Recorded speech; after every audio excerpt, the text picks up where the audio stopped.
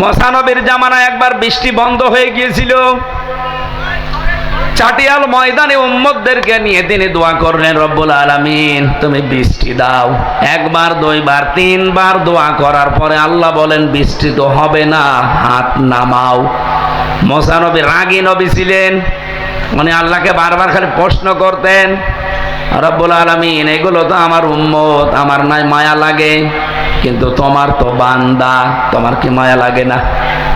আল্লাহ পাক বলেন মায়া লাগে কিন্তু বৃষ্টি দেব না। মায়া লাগে বৃষ্টি দিবা না মানে দেওয়া লাগবে। আল্লাহ পাক বলেন মুসা আমি বৃষ্টি দিতে পারি এই মুহূর্তে, কিন্তু তুমি যাদের নিয়ে দোয়া করছিলে, নামিমা টালাটালি করা, এর কথা ওর কাছে লাগানো, এর দোষ ওর উপরে চাপিয়ে দেওয়া, এইরকম একজন মানুষ এখানে বসে আছে, সেও তোমার সাথে হাত তুলেছিল। সে যতক্ষণ বের হয়ে না যাবে বা পরিবর্তন না হবে, তুমি নবী মুসা হয়ে দোয়া করলেও কবুল হবে না। মুসা নবী রেগে গেছেন, এমন রাগা ওনার চুল টুপি দিয়ে খাড়া হয়ে বের হয়ে যেত। ডাক দিয়ে বলে, রব্বুল আলামিন তুমি শুধু ওই লোকটার নাম বলো, দেখো কি করি ওর। আল্লাহ বলেন না, আমি নিজেই নাম ধরে কথা বলতে নিষেধ করি, আর এখন আমি নাম বলে দেবা, সবার সামনে তারে অপমান করবা, হবে না। মুসা নবী বললেন, রব্বুল আলামিন তুমি যদি নাম না বলো, আমি তো আর আলিমুম বিযাতিস সুদূর না, যে মনের খবর জানি। চিন্তা করে দেখেন তো, মুসা নবীর মতো এত বড় পাওয়ারফুল নবী, যিনি আল্লাহর সাথে কথা বলতেন, কালিমুল্লাহ বলা হয় যাকে, সেই নবী বলছে আল্লাহ আমি তো আর আলিমুম বিযাতিস সুদূর না, যে মনের খবর কি আমি জানি। নবী মুসা যদি এটা না জানে, বাংলাদেশে বহু ভণ্ড পীর আছে, তারা মনের খবরও জানে। এগুলো যে ডাহা বাটপারি, মিথ্যা প্রতারণা, ধোঁকাবাজি ছাড়া আর কিছু বলেন। আজ যে বহু বানানো মাজার ভেঙ্গে ফেলা হচ্ছে, যদিও আমি এর পক্ষে না, আল্লাহর ওলিদের মাজার থাকবে সংরক্ষিত, আপনি সেখানে যেয়ে দোয়া করবেন শুধু, কিন্তু তার কাছে কিছু চাইবেন না। অথচ এই ভেড়া মারার বুকেও বহু জায়গায় আমরা মাজার বানিয়ে অনেকেই ব্যবসা করে খাচ্ছি।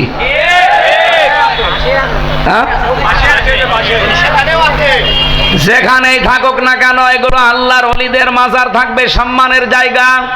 আপনি সেখানে যাবেন, সূরা ইখলাস পড়ে, সূরা ফাতিহা পড়ে একটু দোয়া করে আমার আল্লাহর কাছে তাদের মর্যাদা আরো বৃদ্ধি করবেন। কিন্তু আপনি যদি তাদের কাছে চান, এটা যে প্রকাশ্য শিরিক। আল্লামা সাইদি সহ বহু আলেমরা এই দেশে আজ 50, 60, 100 বছর ধরে বলে, অথচ আমাদের হুঁশ ফেরে না। কুষ্টিয়াবাসী কবে হুঁশ ফিরবে আপনাদের? বাংলাদেশের অন্য জেলায় গিয়ে কথা বলতে মাঝে মাঝে আমার লজ্জা হয়, কারণ এই জেলাতে 2 জায়গায় বড় বড় শিরিক প্রকাশ্যে চলছে। একটা আমাদের কুমারখালী থানায়, আর একটা এই থানায়। এই জন্য যেখানে যেটা আছে, আমরা চাই তারা যদি আল্লাহর ওলি হয়ে থাকে, তারা সম্মানের জায়গায় থাক। কি কথা বলেন না কেন? তাদের নিয়ে আপনি ব্যবসা করে খাবেন, তার মানে কি? এই পৃথিবীতে সবচাইতে বেশি আল্লাহ পাক ঘৃণা করেন তাদেরকে, যেই মানুষগুলো যৌতুকের টাকা নেয়, গীবত করে, তহমতের দোষ লাগিয়ে দেয়, আর যারা মাজারের খাদেম হয়ে ব্যবসা করে খায়।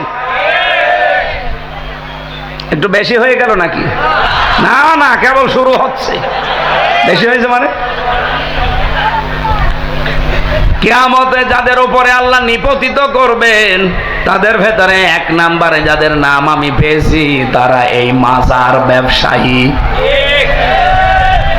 এই শক্ত কথাগুলো কোরআন হাদিস থেকে শক্তভাবে বলা হয়। এজন্য অনেকের ব্যবসায় ভাটা পড়ে, তখন তারা বলে হামজাকে ভোটই দেব না। কোন জায়গার ফতোয়া কোন জায়গায় দিচ্ছে? ওরে আমি বাঁচাতে চাই, মাজারে সেজদা করা, মাজারে মানত করা, আগরবাতি দেওয়া, কিছু চাওয়া, এটা প্রকাশ্য শিরিক। বলেন বলেন। আজকে রাজবাড়ী, গোয়ালন্দ এবং রাজশাহীতে দুইটা মাজার মুসলিম জনতারা ভেঙ্গে দিয়েছে শুধু শিরিক হওয়ার কারণে। রাজবাড়িতে যে মাজারটা বানিয়েছে, আরে ভাই আপনি মাজার বানাবেন, মানুষ মারা গেছে, মাটি দিয়ে দেন, দোয়া করেন তার জন্যে। কাবা শরীফের আদলে তার কবরটা উঁচু করে বানিয়েছে। যত রকমের শিরিকি কাজ কারবার সেখানে চলছে। এলাকার মুসলমানেরা সহ্য করতে না পেরে প্রশাসনকে জানিয়েছিল, তারা কান মুখ নাড়ে নাই। ইমানের তাকিদে শেষ পর্যন্ত আজকে সেটা ভেঙে দিয়েছে। যদিও তার লাশটা পড়িয়েছে, এটা আমরা এর পক্ষে না, কিন্তু যেখানে শিরিক হবে ওই জায়গাটার আস্তানা ধ্বংস করে দেওয়া এটা ইমানদারের কাজ। শিরিক হলে ওই জায়গায় আল্লাহর রহমত থাকে না। যারা একে অন্যের দোষ চাপিয়ে নিজেকে সাধু সাজান, নিজেকে ভালো মনে করেন, আপনি কি হচ্ছে জানেন? মুসা নবী বললেন, আল্লাহ আমি তো জানি না যে লোকটাকে, তুমি একটু বলো, ইঙ্গিত দাও।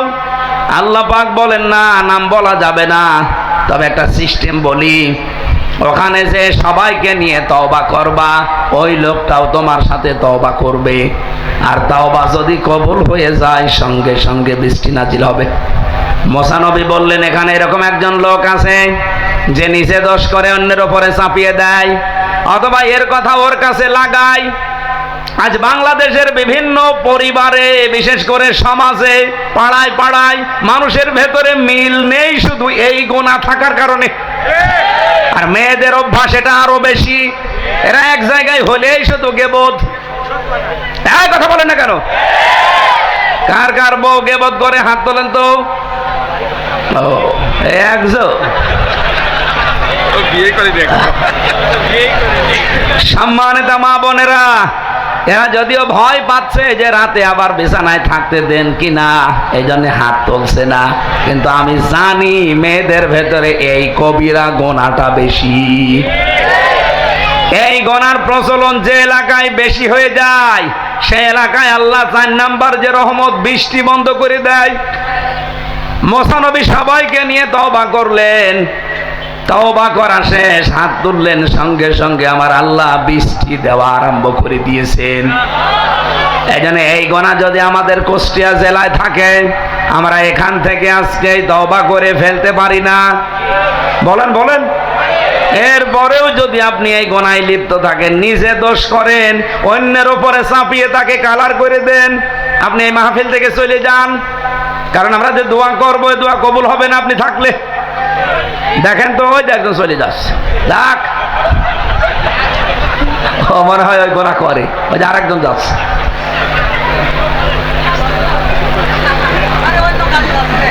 ইমাম মালিক রহমতুল্লাহ আলাইহি তার জীবনীতে পড়ছিলাম, এদিকে তাকান, তার জামানায় তিনি দেশের মদিনার প্রধান বিচারপতির দায়িত্বে আছেন।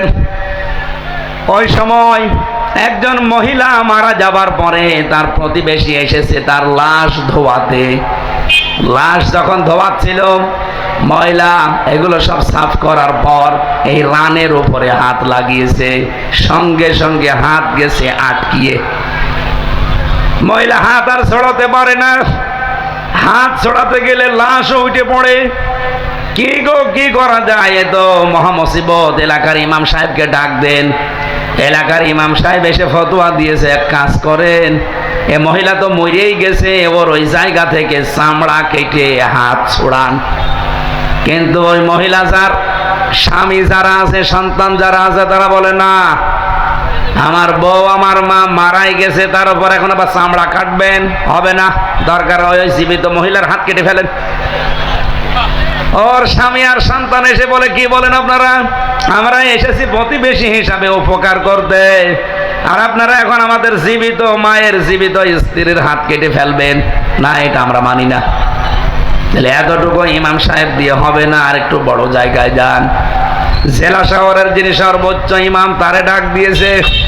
উনি বলছে, এক কাজ করেন, মহিলা তো মরে গেছে, কাটতে দেয় না, এ জীবিত যারা তারাও কাটতে দেয় না, আমাদের দ্বারা আর হবে না।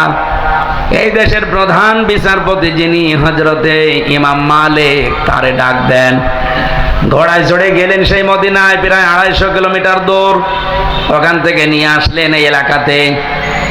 উনি ডাক দিলেন, পর্দা দিয়ে ঘিরে দাও, আমি মেয়েকে কয়েকটা প্রশ্ন করতে চাই।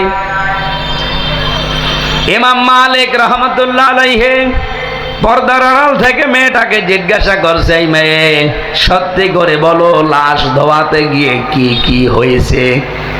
মেয়েটা বলে, ইমাম সাহেব আপনি আমারে বাঁচান, আমি কিচ্ছু করি নাই।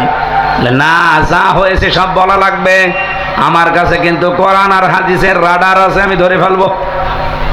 মেয়েটা বলছে, খলিফা ইমাম, আমি যখন লাশ ধোয়াচ্ছিলাম সর্বপ্রথম আমি একটা খারাপ মন্তব্য তার উপরে নিক্ষেপ করেছিলাম যে কিছুদিন আগে এই মেয়ে লোকটাকে আমি একটা যুবক ছেলের সাথে রিকশায় যেতে দেখেছি বা গাড়িতে যেতে দেখেছি।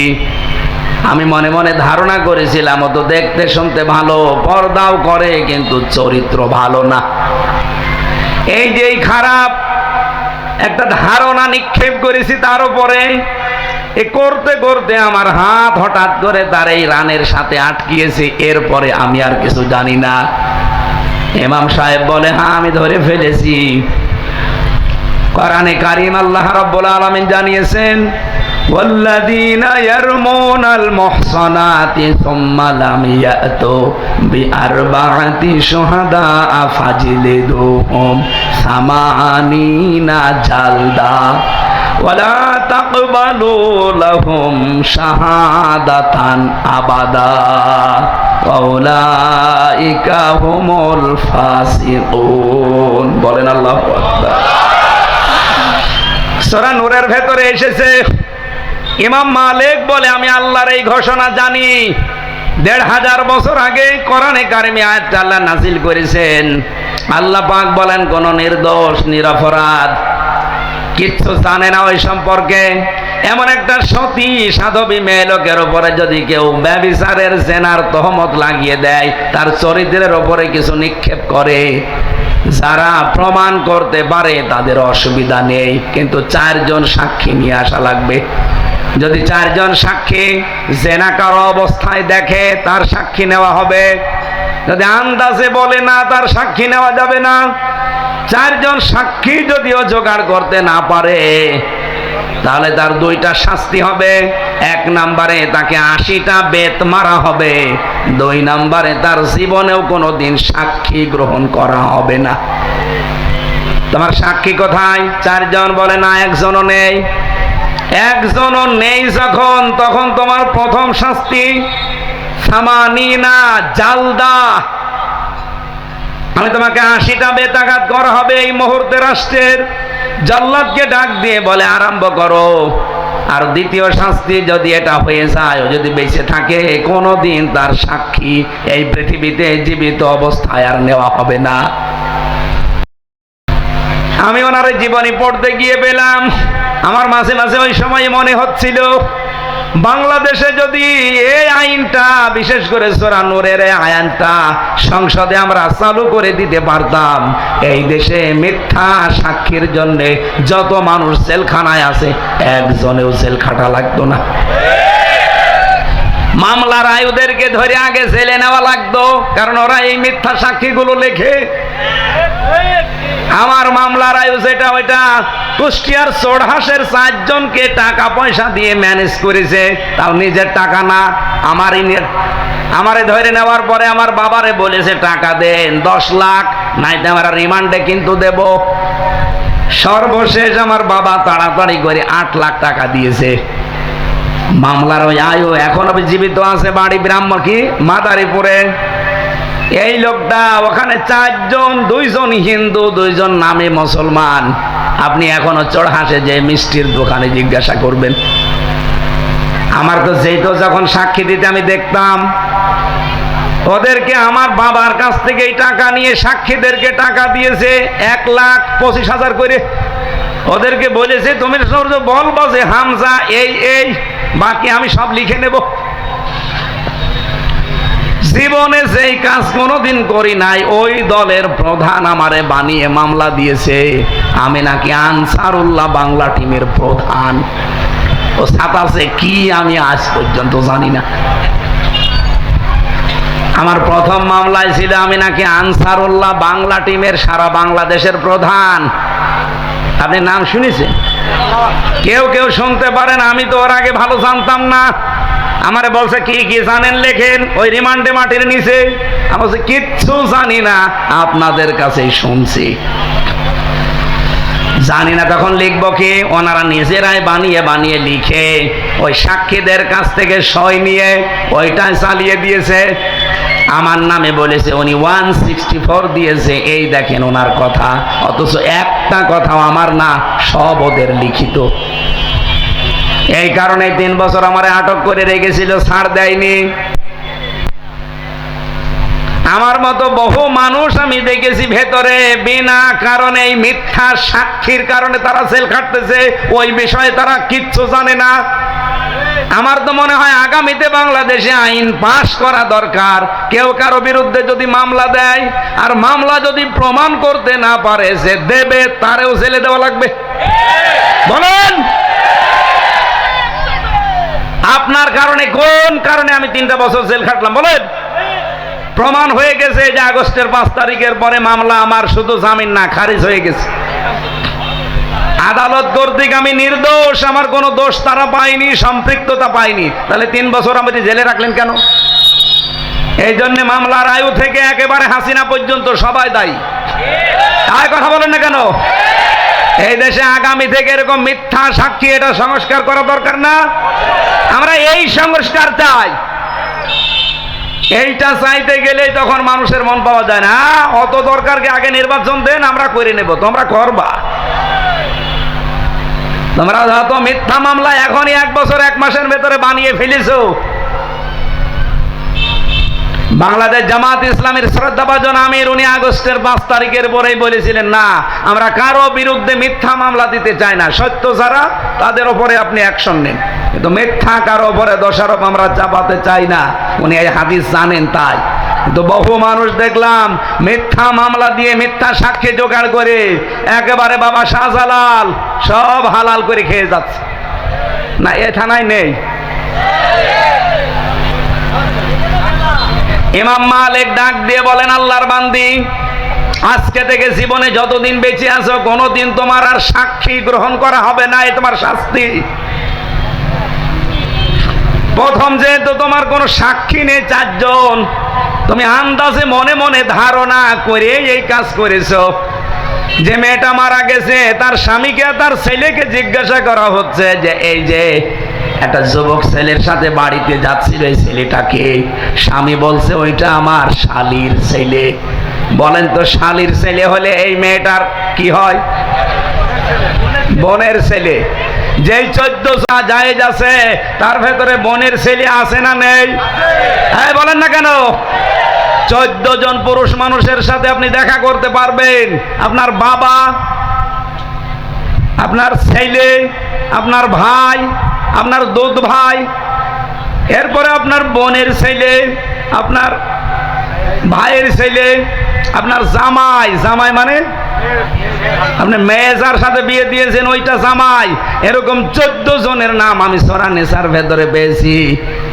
এই 14 জনের সাথে আপনি দেখা করতে পারবেন, কথা বলতে পারবেন, কিন্তু মুখমণ্ডল, হাতের কবজি আর পায়ের পাতা খোলা রাখা, বাকি শরীর ঢেকে রাখা লাগবে।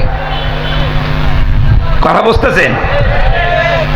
মেয়েরা যদি কেউ দেখা করতে চান তাহলে 14 জন পুরুষের নাম সূরা নিসার 21 নম্বর আয়াতটা পড়ে নেবেন। যাদের সাথে বিবাহ করা হারাম, এদের সাথে দেখা করা জায়েজ, কিন্তু শুধু মুখ, হাত আর পায়ের পাতা বাদ দিয়ে পুরা শরীর ঢেকে রাখা লাগবে। বলেন তো, এই যে 14 জনের নাম আমি একটা একটা করে এখন বলবো, এর ভেতরে স্বামীর নাম আছে না? নেই। একে ওয়াজ শুনছে নাকি ওকে মাজারে আসি? আমি এটা আপনাদের জন্য বলছি না, মেয়েদের জন্য। আপনার স্বামীর নাম নেই কেন? স্বামীর কাছে আপনার কোনো পর্দা নেই। যেই মহিলা তার স্বামীর সামনে যত বেশি খোলামেলা থাকবে তত বেশি তার সওয়াব বাড়তে থাকবে। যেই কয়টা চুল আপনি স্বামীর সামনে খুলে রাখবেন অতগুলো সওয়াব পাবেন। নবীজি বলেন, কোন স্ত্রী যদি স্বামীকে আনন্দ দেওয়ার জন্য হাসে, হাসতে গিয়ে যদি দাঁত বের হয়ে যায়, একটা দাঁত বের হলে একটা নফল হজের সওয়াব হয়, দুইটা বের হলে দুইটা নফল হজের সওয়াব হয়, ছয়টা দাঁতের কথা আছে। আমার মনে হয় বারবার সুবহানাল্লাহ বললে বাড়ি যেয়ে দেখবো না দাঁত কেলিয়ে পড়ি আসে। কি গো, হুজুর ওয়াজ করলে যত দাঁত দেখবা তত সওয়াব। এই জন্য আমি আর নামলাম না, দরকার নেই, দুইটাই থাক। সম্মানিত মা বোনেরা, আমি জানি আপনারাও দাঁত বের করেন স্বামী বাদ দিয়ে দোলা ভাইয়ের সামনে। হ্যাঁ, কথা বলে, এরকম মহিলা দেশে নেই। একজন মেয়ে লোকের জন্য মরণের মতো কঠিন এবং ভয়ঙ্কর হচ্ছে দুইজন পুরুষ। মৃত্যুকে মানুষ যেমন ভয় করে, এই দুইজন পুরুষকে যেন এরকম ভয় করে চলে। তার একজন হচ্ছে দোলা ভাই আর একজন দেবর। আর এই দেশে এই দুইজনের সামনে কোনো পর্দা থাকে না, অথচ এই দুইজন সম্পর্কে ভয়ঙ্কর। এদের থেকে আরো বেশি দূরত্ব বজায় রাখা লাগবে। একজন মেয়ে লোকের জন্য যেমন দুইজন পুরুষ মানুষ ভয়ঙ্কর, মৃত্যুর মতো একজন পুরুষের জন্যও দুইজন মহিলা সবচাইতে ভয়ঙ্কর। একজন হচ্ছে তার শালী আর একটা ভাবি। অনেকে ফতোয়া বের করেছে ভাবি আমার মায়ের মতো, ওর দাঁত খুলে ফেলা দরকার শয়তানের। কয়দিন পরে দেখা যাচ্ছে ভাবিরে নিয়ে আল্লাহ রাস্তায় চলে গেছে। আরে ভাবির যদি মায়ের মতো হয়, মায়ের সাথে কেউ পালায়, হ্যাঁ কথা বলেন না কেন? তার মানে আপনার এটা ফন্দি ফিকির। এই ভেড়া মারায় যদি কেউ এরকম মনে করে থাকেন, বাদ দেন এই ধান্দা। ইমাম মালিক ডাক দিয়ে বললেন, জল্লাদ পিঠের উপরে চাবুক লাগাও। একটা একটা করে চাবুক মারতেছে, প্রায় ৭৯টা হয়ে গেছে, কিন্তু হাত খোলে না। ইমাম মালিক ডাক দিয়ে বললেন, জল্লাদ খবর কি? বলেন, না হাত তো খোলে নাই, আর একটা চাবুক বাকি আছে। ইমাম মালিক ডাক দিয়ে বললেন, দেখেন আল্লাহর কোরআন আমি ১০০% বিশ্বাস করি, এখানে কোনো দুই নাম্বারই নেই। অবশ্যই আমাদের কোনো কিছু ভুল হয়ে যাচ্ছে। মেয়েটাকে জিজ্ঞাসা করলেন পর্দার আড়াল থেকে, তুমি কিন্তু মুখ দিয়ে অথবা অন্তর দিয়ে এই ধারণাটা নিক্ষেপ করেছিলে, এই খারাপ ধারণা, অথচ ওই মহিলার চরিত্র এরকম না। আল মুসলিমু মান সালিমাল মুসলিমুনা মিন লিসানিহি ওয়া ইয়াদিহি। নবীজি বলেন, মুসলমান তো ওইটা যার হাতের দ্বারা মুখের দ্বারা অন্য মুসলমান শান্তি পায়। অথচ আজ বাংলাদেশে হাত মানে শুধু এই হাত না, হাত মানে ক্ষমতার হাত, হাত মানে প্রভাবের হাত, হাত মানে আইনের হাত। এই সমস্ত হাতের দ্বারা এবং মুখের দ্বারা যদি কোনো মানুষ কষ্টে থাকে, মুসিবতে থাকে, আল্লাহর কসম আপনি আল্লাহর নবীর উম্মত এখনো হতে পারেননি। যেহেতু হাত দিয়ে তুমি লাশ ধোয়াচ্ছিলে আর মুখ দিয়ে কথা বলছিলে যে এই মেয়েটার এই চরিত্র এই খারাপ, এই খারাপ, রব্বুল আলামিন তার এই পবিত্র পবিত্রা বান্দার প্রতি এরকম উল্টা পাল্টা ধারণা করা পছন্দ করে নাই। এজন্য সঙ্গে সঙ্গে পাপের শাস্তি দিয়েছে, হাত গেছে আটকিয়ে। তো একটা চাবুক তো বাকি আছে, ৮০টা মারলে তো তোমার গোনা মাফ হবে। জল্লাদকে বললেন, চালাও এবার বিসমিল্লাহ বলে। ৭৯টা হয়ে গেছে, আর একটা মারবে। বিসমিল্লাহির রহমানির রহিম। ৮০টা মারার সঙ্গে সঙ্গে চট করে হাত খুলে গেছে। আমার ভাইরা, আমি যেটা বোঝাতে চাই এই জীবনী থেকে, আন্দাজে কোনো ধারণা করলে যদি এই শাস্তি আল্লাহ সঙ্গে সঙ্গে চাপিয়ে দেয়, আমার মনে হয় এরকম শাস্তি যদি বাংলাদেশে আজকে থাকতো, আজ ডাকসুতে যত রকমের দোষ চাপানো হচ্ছে সাদিক কায়েমের ওপরে আর ফরহাদের ওপরে, সবগুলো বন্ধ হয়ে যেত। আন্দাজে দোষ চাপিয়ে দেয়। আপনি রাগ করবেন না, আপনার হাতে পায়ে ধরে বলছি, বিবেকটা একটু কাজে লাগান। সাদিক কায়েম গোপনে ফরহাদ গোপনে পেছনে থেকে যে কাজটা করে দিয়েছে তাদের মাথায় তুলে রাখার কথা এই জাতির, অথচ কত সোতা নাতা দোষ তাদের উপরে গোপনে চাপিয়ে দেওয়া হচ্ছে। এখন এই জাতির মতো নিকৃষ্ট এবং নেমো খারাপ মানুষ আমি আর পৃথিবীতে পাই না।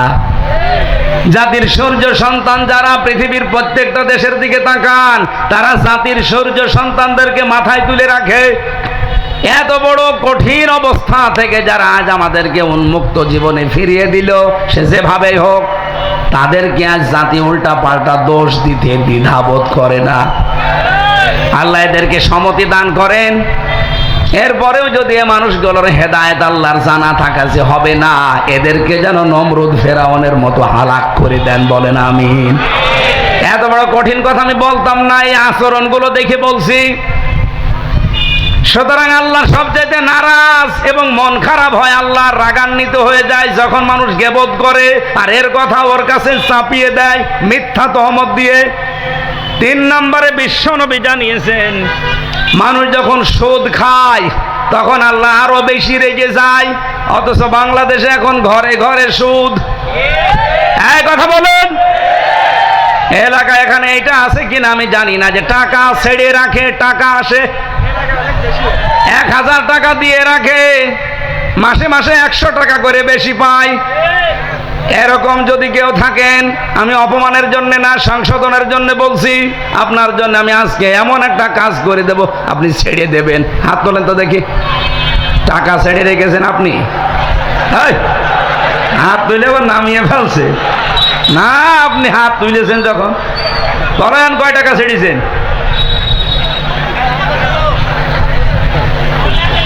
এই 10-20 হাজার মানুষের সামনে আপনার লজ্জা হয়?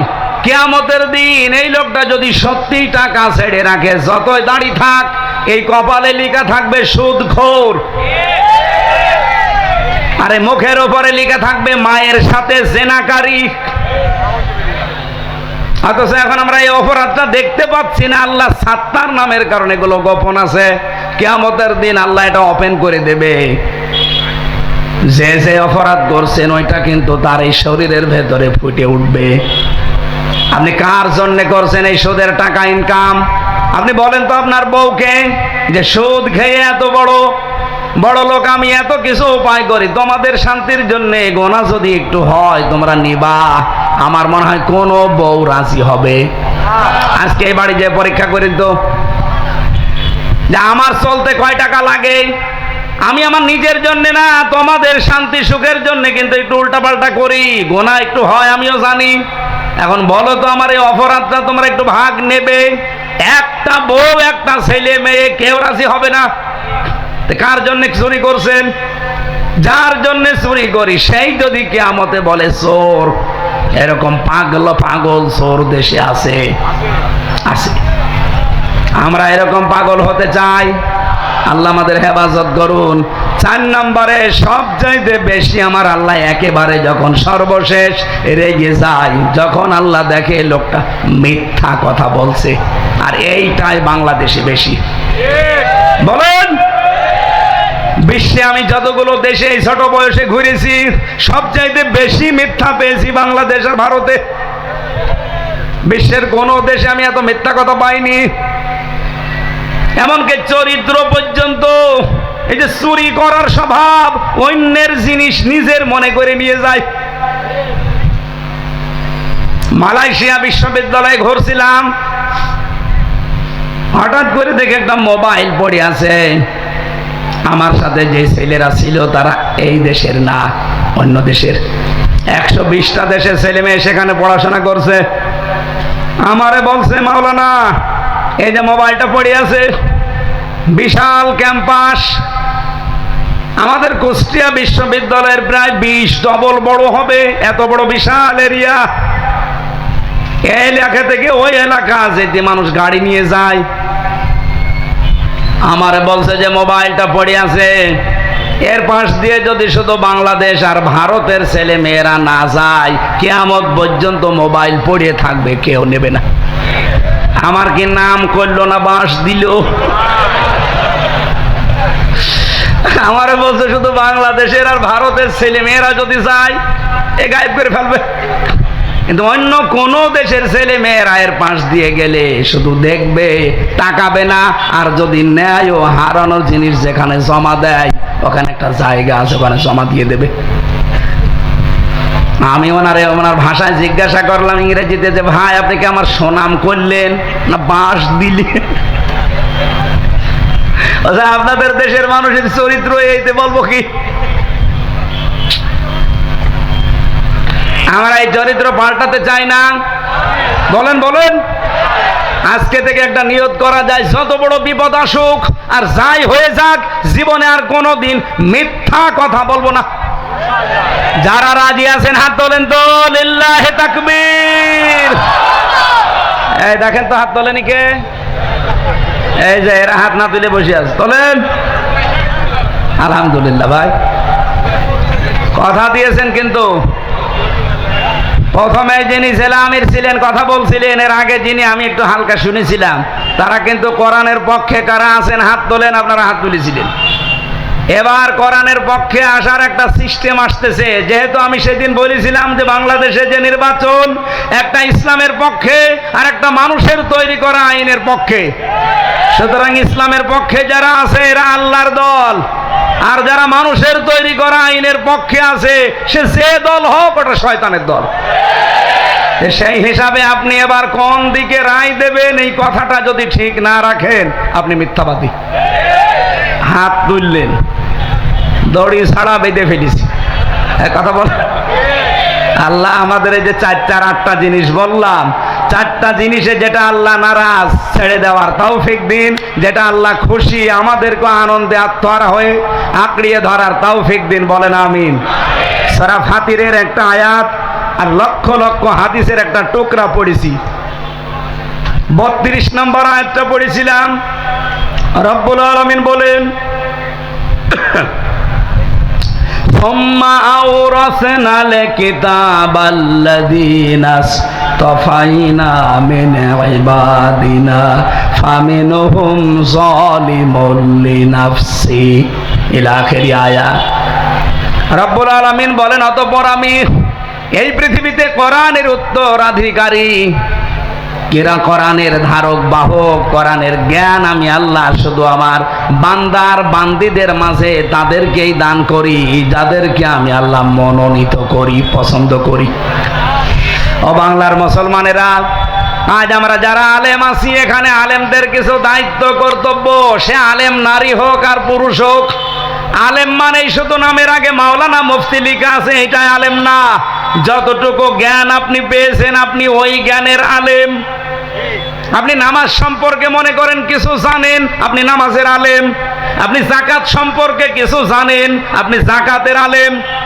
এক কথা বুঝতেছেন? শরীয়তের পূর্ণাঙ্গটা যারা জানে আমরা তাদেরকে অনেকে আলেম মনে করি।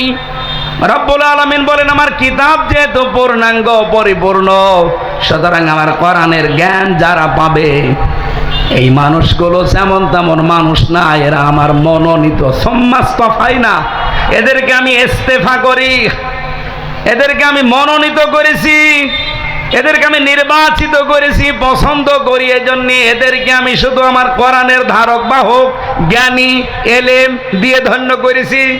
কিন্তু আমার এই বান্দা বান্দীদের ভেতরে যারা কোরআনের জ্ঞান পেয়েছে, কোরআনের এলেম পেয়েছে, এরা আবার 3 প্রকার। এদিকে তাকান, এবার আপনারটা আসতেছে। কম বেশি আমরা এখানে যারা আছি অন্য জাতির লোক বাদ দিয়ে সবাই কোরআনের কিছু না কিছু জানি না, জানি না? বলেন বলেন। কিছু না জানলে সূরা ইখলাস জানেন না? কুল হুয়াল্লাহু আহাদ, এই তো আপনাকে আল্লাহ কোরআনের জ্ঞান দিয়েছে। রব্বুল আলামিন বলেন, ফামিনহুম যালিমুন লিনাফসিহি, এদের ভেতরে এক প্রকার বান্দা আছে যারা কোরআনের জ্ঞান পেয়েছে কিন্তু তারা জালেম, তারা নিজেদের উপরে জুলুম করেছে। কারা তারা দেখেন তো আপনি এই ক্যাটাগরিতে পড়েন কিনা? 1 নম্বরে যে মানুষগুলো কোরআনের জ্ঞান পেয়েছে, এলেম পেয়েছে, কিন্তু হারাম কাজ লিপ্ত থাকে আর ফরজ কাজ করে না। এই মানুষগুলো নিজেদের উপরে নিজে জুলুম করার কারণে কিয়ামতে উঠবে, কিন্তু আলেম হয়ে না, জালেম হয়ে। এদেশে এরকম জালেম নেই, হারাম কাজে লিপ্ত থাকে, ফরজ কাজগুলো করে না। 2 নম্বরে মিনহুম মুকতাসিদ, মধ্যম পন্থা অবলম্বনকারী।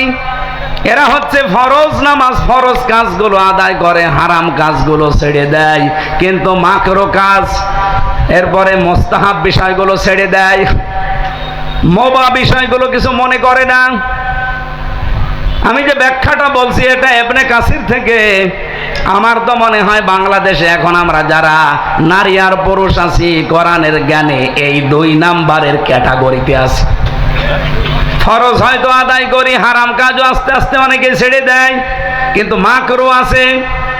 এরপরে আবার অন্যান্য যতগুলো সুন্নত আছে ওগুলোর গুরুত্ব দিতে চায় না। এরপরে মুস্তাহাব আছে, মানতে চায় না। আল্লাহ আমাদেরকে এই পর্যায়ে রেখেছে, আমার যতটুকু পর্যায়ে আলোচনা। 3 নম্বরে ওয়ামিনহুম সাবিকুম বিল খায়রাতি বিইজনিল্লাহ। 3 নম্বরে তারা যারা অগ্রগামী ভালো কাজে আল্লাহর অনুমতি ক্রমে। এইটাই আমি বোঝাতে আয়াতটা পড়েছি। রবিউল আউয়াল মাস, বিশ্ব নবী এসেছিলেন এই মাসে যতগুলো মিশন নিয়ে, তার 1 নম্বরে মিশন ছিল আল্লাহর এই জমিনে আল্লাহর বিধান কায়েম করা। আমি কি এটা বানালাম? বলেন বলেন। আপনি পড়া কোরআনটা সামারাইজ করে দেখবেন, সব কথার এক কথা এই কথা যে হে নবী আপনাকে আমি পাঠাইছি আল্লাযী আরসালা রাসূলাহু বিল হুদা ওয়া দীনিল হাক্কি লিইয়ুযহিরাহু আলাদ দীনি কুল্লিহি ওয়ালাউ কারিহাল মুশরিকুন। আমি সেই আল্লাহ, আপনাকে আমি পাঠালাম আমার সত্য দিন ইসলাম দিয়ে, কোরআন দিয়ে। আমি চাই পৃথিবীতে যত জীবন বিধান আছে সব পেছনে ফেলে দেবেন, আমার কোরআনকে আপনি দুনিয়ায় জারি করবেন, কায়েম করবেন, বিজয় করবেন। যদিও এতে মুশরিকদের মন খারাপ হবে। সুতরাং রবিউল আউয়াল মাস এসেছে আমাদের এই শিক্ষা দিতে। আমরা এই দেশে এখন আল্লাহর বিধান কায়েম করতে চাই, যদিও যারা শিরিক করে তাদের কাছে এটা ভালো লাগবে না। কথা বলেন না কেন? আলেমদের ভেতরে 3 নাম্বার যেটার পর্যায়, এটা অনেকে আমরা এখনো যেতে পারিনি। আল্লাহ যাদেরকে নির্বাচিত করেছেন, মনোনীত করেছেন, ভালোবেসেছেন, পছন্দ করেছেন, তাদেরকে এই কাজটা আল্লাহ অ্যাক্টিভ ভাবে করার সুযোগ দেয়। যেমন আল্লামা সাঈদীকে আল্লাহ দিয়েছিলেন।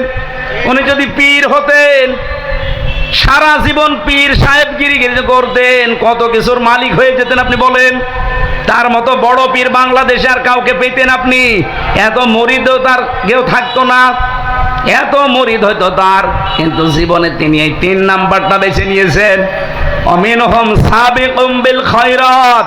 এই খয়রাতের ব্যাখ্যায় আমি প্রায় 25টা বিষয় পেয়েছি। একটা একটা করে সিরিয়াল করে আমি দেখেছি। সর্বপ্রথম খয়রাত, ভালো কাজ আল্লাহর দৃষ্টিতে এই জমিনে দিন কায়েম করা। কুষ্টিয়াবাসী বড় ভালোবাসি আপনাদের। আমি চাই নারী পুরুষ যারা এসেছেন এটা একবারে বুঝে ফেলেন। আপনি যত তাড়াতাড়ি বুঝবেন তত তাড়াতাড়ি আপনি কল্যাণ পাবেন। যত অগ্রগামী হবেন দেখবেন তত তাড়াতাড়ি কল্যাণ আসতেছে। যালিকা হুয়াল ফাদলুল কাবীর। এটা যেমন তেমন দয়া না, আল্লাহ বলেন এটা বহু বড় দয়া, ফাদলুল কাবীর, সবচাইতে বড় অনুগ্রহ আপনার প্রতি। বাংলাদেশে আজ মাত্র 18 কোটি মানুষের 7 কোটি 20 লাখ মানুষ এরা চাচ্ছে যে এই দেশে দিন কায়েম হোক। এই আয়াত অনুযায়ী এরাই অমিনহুম সাবিকুম বিল খায়রাত, এরা ভালো কাজে অগ্রগামী এই মাত্র 7 কোটি 20 লাখ। বাকি যারা বাইরে আছেন আহ্বান জানাবো, ফিরে আসেন। আল্লাহর দিন কায়েমের জন্য পতাকা তলে যারা শামিল করতে চায় শামিল হয়ে যান। ইবনে মাসউদের হাদিস পড়েছিলাম না, ফাত্তাবিউস সিওয়াদাল আযম। তোমাদের জীবিত অবস্থায় যখন তোমরা দেখবে সেই দলের দ্বারা ইসলাম কায়েম করা অতি তাড়াতাড়ি সম্ভব, তোমরা ওই দলকে সাপোর্ট করবা, অনুসরণ করবা, পেছনে থাকবা। আর আমি যেটা জানি এখন বাংলাদেশে দিন কায়েম করার জন্য সবচাইতে বেশি অগ্রণী ভূমিকায় আছে বাংলাদেশ জামাত ইসলামী। আপনার মন খারাপ হলে আপনি লেখাপড়া করে বুঝে নেন, যান সূরা ফাতির 32 নম্বর আয়াত। এটা যদি করতে পারেন এর পরবর্তীতে আল্লাহ সুসংবাদ দিয়েছেন জান্নাত, জান্নাতুন না, জান্নাত বহুবচন দিয়েছেন। এরপরে শব্দটা আদন, স্থায়ী। আমরা এখানে যারা আরবি গ্রামার বুঝি জিজ্ঞাসা করে দেখেন তো, আরবিতে এক বচন আছে, দ্বিবচন আছে, বহু বচন আছে, কিন্তু অন্যান্য ভাষায় আপনি এইটা পাবেন না, এক বচন বহু বচন। তার মানে দুই হলেও কিন্তু বহু বচন হয় না, কমপক্ষে তিন হওয়া লাগে। আল্লাহ যে জান্নাতুন না দিয়ে জান্নাত বহু বচন দিয়েছেন, তাফসিরে মুফাসসির লিখেছেন, কোন মানুষকে যদি আল্লাহ এই পৃথিবীর ময়দানে দিন কায়েমে শরীক থাকার কারণে তাকে যদি জান্নাত দান করেন, একটা না কমপক্ষে তিনটা জান্নাত দান করবেন। আর এক একটা জান্নাত হবে ভেড়া মারার মতো। বলেন, তামাম পৃথিবীর সমান এক একটা জান্নাত হবে। আমরা যেহেতু লোভে পড়েছি, আমরা করছি, মন থেকে করছি, ইখলাসের সাথে করছি। আপনাদেরকে আহ্বান জানাচ্ছি, দুনিয়া থাকবেন না, আমিও 100 বছর পরে এখানে থাকবো না, আপনিও থাকবেন না। আসেন এই বহু বছর যে তিনটা জান্নাত কমপক্ষে পাওয়া যাবে, এইটা পাওয়ার জন্যে অফিজালিকা ফালিয়াতানা ফাসিলে মুতানাফিসুন। এবার প্রতিযোগিতা আরম্ভ করি আমরা সবাই মিলে এই জান্নাতটা পাওয়ার জন্য। যেখানে একটা জান্নাতের কথা বলেন না আল্লাহ, কয়টা বলেন? বলেন, সবাই যেন কমপক্ষে তিনটা জান্নাতের মালিক হতে পারি, সেই রাস্তায় এগিয়ে আসার আহ্বান জানাচ্ছি। 11টা পার হয়ে গেছে, আবার সকাল থেকে প্রোগ্রাম শুরু, এই জন্য আমরা আর টানতে পারলাম না। যাই বলেছে আল্লাহ কবুল করেন। আমার একটা বই আছে, লিখিত বই, জেলখানায়, সৃষ্টি নিয়ে লেখা। যদি লাগে পেছনে গাড়ি আছে, এখান থেকে নিয়ে যান। আল্লাহুম্মা আমিন। লা ইলাহা ইল্লা আনতা সুবহানাক ইন্নী কুনতু মিনাজ জালিমিন।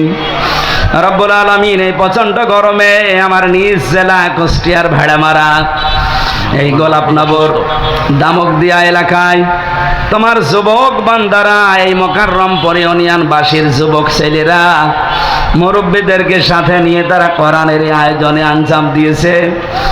আল্লাহ, একটা ছেলেকেও তুমি ফেলে দিও না, এদেরকে তুমি কবুল করে নাও। সওয়াব যদি দিয়েই থাকো, কোটি কোটি গুণে বাড়িয়ে দাও। নবীদের রওজায় পৌঁছিয়ে দাও সওয়াবগুলো। এলাকায় মাটির নিচে যারাই ঘুমিয়ে আছে, কবরগুলো জান্নাত বানিয়ে দাও। রব্বুল আলামিন, আমার প্রাণ প্রিয় জেলা, আমার মাতৃভূমি এই বাংলাদেশ, বিশেষ করে কুষ্টিয়া, এখানে এই জেলাতে আমার জন্ম হয়েছে। আল্লাহ, তুমি এই জেলাকে ইসলামের জন্য উর্বর বানিয়ে দাও। সম্মানিতা মা বোনদেরকে তুমি কবুল করো। বহু মহিলা এসে বসে আছে যারা অসুস্থ, আল্লাহ শেফায়ে কামেলা আজেলা দাও। যাদের পরিবারে শান্তি নেই, আল্লাহ কোরআনের ইজ্জতে শান্তি দান করো। ছেলে মেয়ে যাদের আছে, লেখাপড়া করছে, এদের মেধা স্মৃতি খুলে দাও। আল্লাহ, আমরা বহু আলেম শুনলাম যে অসুস্থ আছে, দোয়া চেয়েছে। মাওলানা মাহফুজুর রহমান, যত মানুষ অসুস্থ আছে আমাদেরকে শেফায়ে কামেলা আজেলা তৈরি করে দাও। এই মাহফিলের জন্য যে যেইভাবে হেঁটে এসেছে, গাড়িতে এসেছে, কষ্ট করেছে, টাকা দিয়েছে, শ্রম দিয়েছে, আল্লাহ তুমি ইসলামের জন্য তাকে অগ্রগামী বানিয়ে দাও। আলেমদের যে বৈশিষ্ট্যগুলো বললেন, আল্লাহ আমাদেরকে মিনহুম সাবিকুম বিল খায়রাত হওয়ার তৌফিক দাও। যত কল্যাণমূলক কাজ আছে, সবচাইতে বড় কল্যাণকর কাজ হচ্ছে দিন কায়েম করা। এই রাস্তায় আমাদেরকে অ্যাক্টিভ হয়ে থাকার তৌফিক দাও। আগামীতে তুমি ইসলামকে বাংলাদেশে আলেমদের হাতে আল্লাহ তুমি ক্ষমতাকে তুলে দিও। দেশ যেন কোরআন দিয়ে তারা চালিয়ে দেখিয়ে দিতে পারে। খায়রুল কুরুনি করনিক রব্বির হামহুমা কামা রব্বায়ানি সগীরা। আল্লাহ, আমার এক মুরব্বির কথা মনে পড়ছে, জনাব মকবুল হোসেন, তার জন্য দোয়া করছি। মকবুল হোসেনকে তুমি মাফ করে দাও। বারাকাল্লাহু লানা ওয়া লাকুম ফিল কোরআনিল আযীম। যখনই মরণ আসবে যেন